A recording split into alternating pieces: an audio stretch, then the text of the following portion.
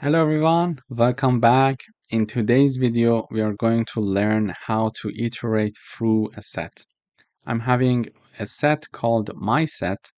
It has 3 elements and these elements are string. So the first element is apple, the second element is banana, and the third element is cherry.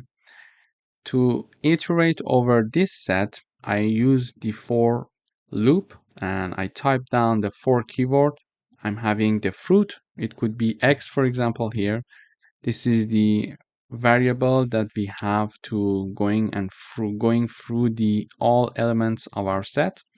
I'm having for all X in this set and the name of my set. So I type down the for keyword, then here the in keyword, and then after in I have the name of my set, and before in I'm having my variable. And then in the next line, for each iteration, I'm printing the value of X. So in the first iteration, X equals apple. In the second iteration, X equals banana. And in the last or third iteration, X equals cherry. So when I run this code, we see exactly the same output: apple, cherry, and banana.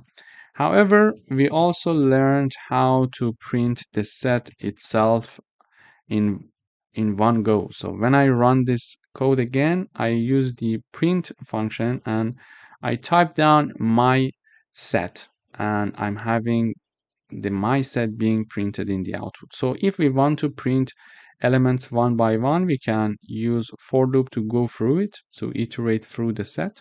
Or if we want to print all the elements of a set in one place, we can have the print function directly and type down the name of the set in the parentheses. And in this case, the name is my set. Therefore, we are having my set being printed here in the last line. Thank you for watching.